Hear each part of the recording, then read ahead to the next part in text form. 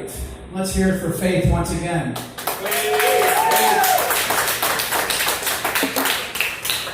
Is it okay if I move this? Sure. All right, excellent. So my name is Jerry Odehnal, and I'm from Rhinelander. I'm originally from Chicago. Oh. That's right. Where I'm not in Chicago? I grew up on the south side. I grew up in fabulous Odehnal, Illinois. I lived there for 29 years. I graduated. I am a Spartan. Everywhere we go, people want to know who we are, so we tell them. Anyway, so when I first moved to Wisconsin, it's kind of an exciting place. First of all, I just want to let everybody know, I want to thank everybody for coming here today against what the media says. Let's give it up for ourselves. How about it? Woo! Right? Because we choose to laugh. Not because it's hard, easy, because it's hard. Like that. Thank you very much. All right, I'll be here all night, folks. Please try the veal. You got veal? No, try the pizza. I see people eating pizza. That looks really good. Okay. So when I first moved to Wisconsin, a couple of things. I moved to Minocqua, and that's where I learned what a fish tab was. That'll be another show. I relent. Yes, I am a fib. I know it's hard to believe. But the funny thing is people always ask. They say, when I first moved here, two phrases Wisconsin people love to ask you. Number one, you a Bears fan? I'm like, yes. However, I am also a Packer fan. 14 out of 16 games every year. Thank you very much. You like that? All right.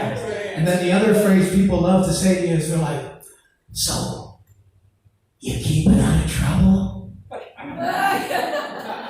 I came up with another one back there. Every time I heard it, I'm like, yep, and still having fun. Woo! Boy, does that make the wheels turn because they don't know what to think then. You know what I'm talking about? Y'all been there. Or you're saying it. That's true. When I moved, I was working in Mercer. This isn't on the list. When I moved to Mercer, I was working in Mercer. I was I was managing the Coldwell Banker there for Larson Realty. And when you go into Tom's cabin there's a little sign on the back. You sit down at the counter and you have breakfast. You know what that sign says? You sure don't see much in a small town, but what you hear makes up for it. Once again, it's true, right? Okay. So let's see. Another thing that I experienced when I moved to Wisconsin was my alcohol tolerance level instantly shot up about 75 points. It's no joke. Because y'all here in Wisconsin, you love to party, don't you? Right? Here's the reason. My birthday was last Thursday. I turned 52. Let's hear it for me. Absolutely, that's right. Now, people in Wisconsin, they love to buy you a drink, and if you turn a drink down, it's actually a sin. I'm drinking after this show. Alex, I'm going to. All right. But so when I first came here, my aunt, she said, "Hey, do you want to go to a picnic? It's 1 o'clock in the afternoon." I'm like, "Yeah, let's go to a picnic." It's 1:30 and I'm hammered. I'm like, you could add the phrase "and drink" to any activity in Wisconsin. Once again, want to go to a picnic? You mean let's go drink. Want to go to the beach? That means and drink. Hey, you want to go to Grandpa's funeral? It's true. See this lady over here? She everybody knows. Listen, listen. To Grandpa. Right. You know what? To Grandpa, absolutely. Damn Skippy. Oh, I'm sorry. Let's keep it PG here. I might throw an ass in here every now and then, just so that you know. It's true. Don't worry, we're going to keep it. Who's having fun so far? Anybody having fun here tonight? What a great venue for me to come and to entertain you folks, but I hope you're getting entertained, because I would like to introduce you to day number 116 of COVID hair. Right here, you see this right here? It's true. Yeah. It's true. I woke up one morning, I had a little turkey feather going on over on this side, and then over on this side, I had something going straight down like this. It's true. I look like the lead singer from Flock of Seagulls, right? See? It's true. And if you don't know who that is, look it up on YouTube. You'll find her. You ran so far away. And I did rant so far away. It is true. Now, I just want to remind you that any jokes you'd like to tell, sir, there's plenty of time here. You can get up here and tell all the jokes you want. I think what they forgot to mention is the word audience is Latin for to listen. It's true. You know what I'm talking about? Thank you. I appreciate that. Nevertheless, so let's see. This happened when I turned 40. All right, so hey, listen, I forgot to tell you, folks are on for a big treat tonight because this is not my first paying crowd. That's right. Just last week, I opened up at the Vilas County Jail. All the customers there were paying for something. They're paying for their crime. You know what? Don't worry. You'll get that joke tomorrow. That's true. Yeah. Okay, so my dad's a racist. I'm pretty sure my grandfather is too. Me? No, sir, not me. I'm not a NASCAR fan. Oh, yeah. Now we're talking. Oh, you know what? Jerry, please say the F word. Please say the F word. Free. I'm just kidding. No, I am not a racist. You know why? Two things. Number one, I do not look good in all white, as you can already tell. That's true. And number two, I want to show off more than just my eyes. Good. Now, does anybody here know what NASCAR stands for? Shut up, sir. I'm going to tell you. Non-athletic sport centered around rednecks. You can look that one up too. You can look, that's true. Right? You know what I'm talking about. See? All right. All right. Oh, by the way, ladies, I just want to let everyone know here that I know this is going to be hard to believe, but I am single. I know, it's so funny, right? That's funny, right? Now, the most women I've met up here in the Northwoods and online, most women are looking for someone to do things with. You know what I'm talking about? You're familiar with this thing, guys? Now, what I've discovered and deciphered that someone to do things with actually means someone to watch my kids while I go out and do things with my friends. We got a lot of single ladies here. All right, listen, I want to let everybody know, listen up here. Perk up, because this is for the ladies and the guys. Now listen, when you come to Rhinelander, I got a guy, okay? I got a guy that's going to make you feel good. He's got the stuff. He's got the stuff that's going to make you feel so good, okay? And the best part about it is, it's only $20. That's true, right? His name is $20 Tony. He's got the stuff you need when you need it. You come and see me, I'll introduce you to him. He's my chiropractor. That's right. He doesn't accept insurance. His name is Tony Lowenberg. I was golfing one time, and all of a sudden I talked about my chiropractor, and he goes, "You mean $20 Tony?" I go, "What?" He goes, $20 Tony, a chiropractor. I'm like, yeah, Jesus, I can't believe it. So I went and told him, and I said, yes, I'm $20 Tony. Cash only. 1 Jackson. 4 Abraham Lincolns. Or 20. Oh, I screwed it up. That's okay though, but I'm not even drinking. That's all right. You can figure it out. All right. Still having fun so far? All right. Okay, so just to let you know, I didn't always look this good, okay? I used to be a big, fat ass. It's true. You know how I know this? People in Chicago would randomly yell out, "Hey, you're a fat ass." I'm like, shut up, Mom. So I'm dating a married woman, and her husband told her that he's seen my act, he thinks I'm hilarious, and he loves me. She said, me too. So are your sisters and your mom. That joke goes over much better in Antidote and Rhinelander. So now, ladies, I just want you to listen up here because this is important. As a single guy, I like to keep a nice, tidy house, okay? Now, anytime I feel like the house is, needing some serious attention, I start to get that anal retentive pucker feeling. Once again, come to the night show. Another joke there. But I like to keep a tidy house. Anytime I'm feeling bad about how the place is looking, all I gotta do is watch an episode of Hoarders. And then I don't feel so bad anymore. Or just go over to my best friend's house and I'm like, oh, my place is much better than this. All right. So don't your friends say the most funniest things to you sometimes? Like, I was having, I was having this really good conversation with my friend one time, and she was sharing and opening up some things with me, and I thought like we really connected. And after we were done, I said, hey, honey, I really appreciate you sharing that with me. And when I leave here today, I'm going to leave some white light behind in a spiritual sense, to help you out and give you some positivity. She goes, ooh, I don't want any of that white light left around here. That voodoo white light you're talking about? She's like, I don't want none of it here. She goes, take a look at that TV. What color is that TV?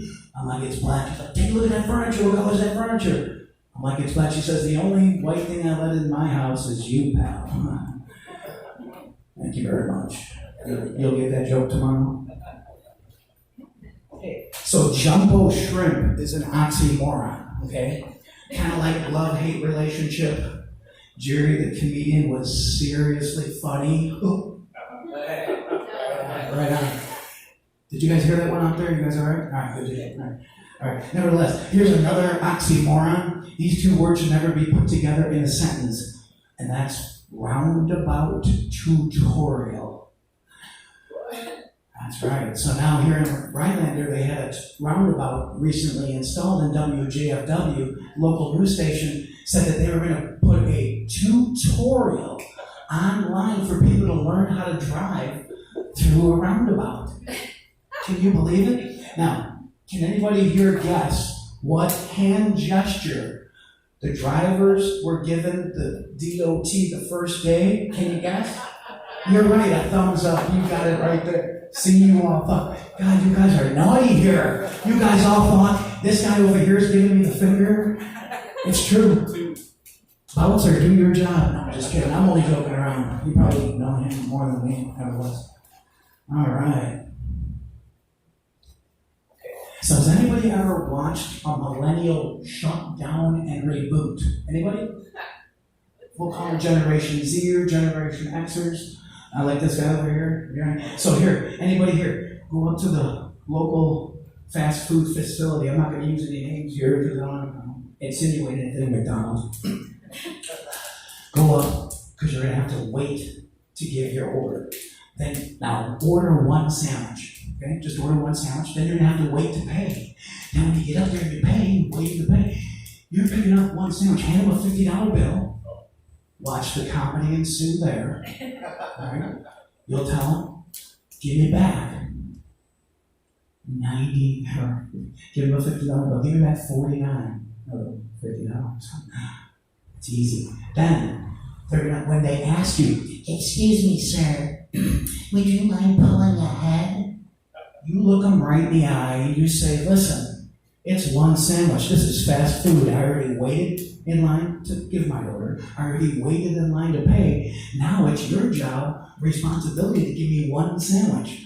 This is what you'll see. You tell them, no, I'm not moving. This is what you see. You watch them shut down, and then reboot. Meanwhile, the 49-year-old lady comes walking over with the one sandwich, smiling because she's seen the reboot before. She knows exactly what's going on. Here you are, sir. Have a nice day. There you go. You can clap for that one if you want. You know what? It's a little parched here. I'd like to everybody do us a favor here. We want to always take care of the facility that we're at. So everybody, let's get your drinks up. I want to I want to talk about a win-win situation right now. Because you guys clapping, that made me feel so good. So I'm winning. You obviously clapped because you're drunk. No, I'm just teasing, because you wanted to, right? That's called a win-win situation. And when that happens, that's next is called a win. It's called win-win-win. I won, you won, and now the universe has won. And I think the universe could use a little winning right now. You with me on this? So let's all drink to the universe and winning. How about it? All of us. By the way, I'm drinking pomegranate juice. I gotta keep my brain about me. Because the weed's just kicking in. No. It's true. No, here we go. Okay, so ladies, this one's for you especially, but guys, listen up. Have you ever started shaving an area on your face originally that you thought it was okay just to shave a few hairs? You know what I'm talking about? And this happened during COVID. 3 weeks later, I look in the mirror. I have just given birth. I'm the proud papa of baby eye stashes underneath both eyes. It's true. I started a trend. I'm bringing Neanderthal back. It's true, that's right. Listen, if they want to bring back bell bottoms, you know what? I'm going to go, before you know it, ladies will be sculpting their eyelash, their baby lashes there, right underneath their eye stashes, right? See, don't shave here. Don't. I'm telling you now, don't do that. No, don't. Don't do it. Okay, listen up. Anybody familiar with that fabulous Menards 11% mail-in coupon? It's a lot of fun, isn't it? You bet it saves you money. Let me tell you about my experience, okay? So, first thing you gotta do is you fill out the little card, right? And then you gotta find an envelope. Now, I haven't bought an envelope in 40 years. Anybody with me on this? Find an envelope first. Then you fill that sucker out, mail that bad boy off, right? About 17 months later, it shows up in an unmarked, this one was unmarked. I was gonna throw away his junk mail until I recognized it said, rebate from Elkbound. Right in the head, I was like, are you kidding me? That's my rebate. I opened it up. Now, let's keep in mind, it cost me 52 cents for the stamp, right? You know what my check was for? I should have brought it with me. Oh, I've been 68 cents. Saving money, saving big money at Menards. That's right. You guys gotta drive like 25 miles to go to Menards here, don't you? He's from frickin' Wisconsin. You think you get a place everywhere? Okay, anyway. All right. So now we're going to move on. Okay, now listen, you guys all seem like a really nice crowd here, so I'm going to share something very personal. I think I can do that here with you so far. I think we've all opened up. We know each other a little better today, isn't that right? So I'd just like to let everybody know here that I am the victim of child abuse. I know, it sucks, right? You've been there. Now, the reason for this is because I have a 25-year-old child, and every time she needs money, she calls me and texts and blows my phone up and abuses me until I get it to her. Thank you very much. Hello. Anybody else here in that same position? That's okay, you don't have to raise your hand. I know it's happening, trust me. So, as a child growing up, you really don't know your last name until your teachers and your fellow classmates kind of start to say it to you all the time, right? Well, just imagine my surprise the first time I heard my last name, and it wasn't ass. Right? That's true. Because my dad growing up, it was so cute when I was growing up. I was dumbass, and my sister was crazy ass, right? And then I got into my teenage, we had another sister that was added to the mix. I was called fat ass. My sister was called smart ass. And then the baby was called wise ass. Sometimes kiss ass. But my dad don't know behind his back. We called him dumb ass. It's true. All right. So listen, I never really fought my dad in a knockdown, drag-out fight because number one, I never thought it was going to be a fair fight, especially now. I mean, I'm 52 and he's 77. Although I don't think he quite considered those same odds when he was 30 and I was 5. Everybody okay there?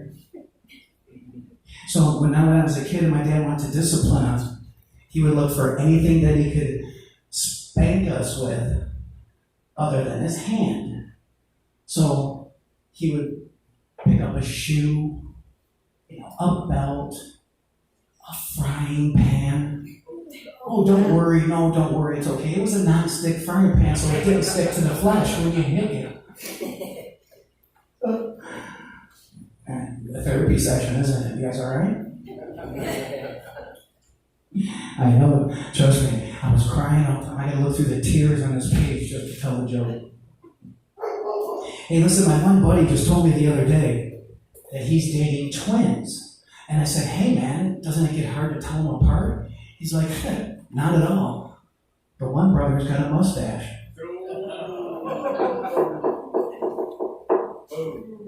That's all right. Wake you up a little bit. See if you're listening. Oh my God, my dad. He hated us.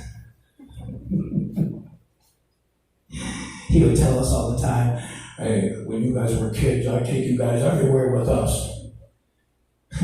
We're like, yeah, that's only because Mom and Child Protective Services made you, pal. Go daddy out. All right. So 3 things I can't ever remember my dad teaching me how to do: play baseball, play football, and play basketball. Ready? Oh, I know. The 3 things he did teach me: number 1, how to fix cars; number 2, how to shoot guns; and number 3, the trifecta. Not only did he teach me how to verbally and mentally abuse people, but physically as well. Thank you very much. I'll be here all week. Hello. You think me and my dad are having any problems?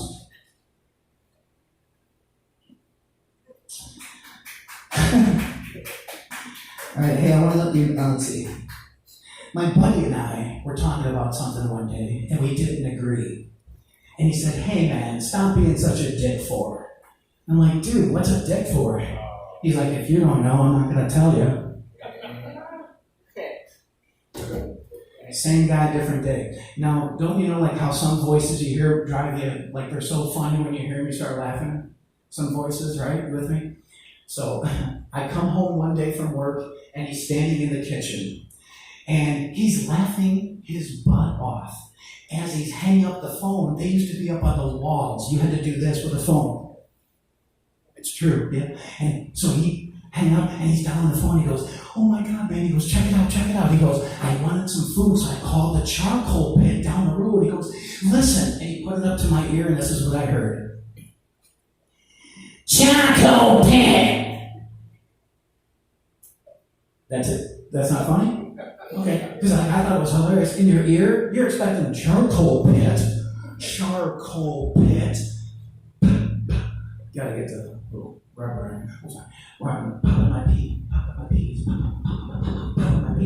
Charcoal pit wasn't funny. I'm like, down here, I got one more. I come home, same guy, different day. I come home and he's smelling his wrist like this. I go, dude, what are you doing? He goes, hey man, I just got this new cologne. It's called Come to Me. I go, it's called Come to Me. He goes, yeah. Does it smell like Come to You? Oh, a groan every time. I love it. Thank you very much. That's the ultimate. All right. You know what? I can't tell that last joke, but I can tell this one. Bioplasma is a place in Wisconsin that they give you cash money for your plasma. You familiar with this? Yes. All musicians and comics are familiar with this place. So listen to this. They pay you cash money for your plasma. As a matter of fact, they're running a special this month. You go 8 times, boom, 500 cash in your account. It's true. So they pay me $500 for my blood. Just imagine how much they'll pay for good blood, right? See what I'm saying? These guys knows what I'm talking about. So before you can donate your blood, they make you go through a lengthy questionnaire. And that questionnaire starts off like this. Question number 1, Jerry. have you ever had sex with a man? I'm like, that's easy, no, right? Moving on. Jerry, have you ever had oral sex with a man? Now I'm thinking, you know what? I thought we just covered this in question 1. Like I was going around robin thing. Like, but if the answer, still no. Question 3. Jerry, have you had anal sex with a man? Okay, all right. Yes. Draw the line. And the answer was, now I don't know what's going on here, but the questionnaire sounds like the questionnaire knows something that I don't. Is it like, hey Jerry, we saw that you got blackout drunk the other day, we're just wondering what's going on? Still no. Question number 5. Jerry, are you sure it's the truth? Nevertheless, that's my time. Thank you very much. Yes, thank you very much. Thank you. Thank you.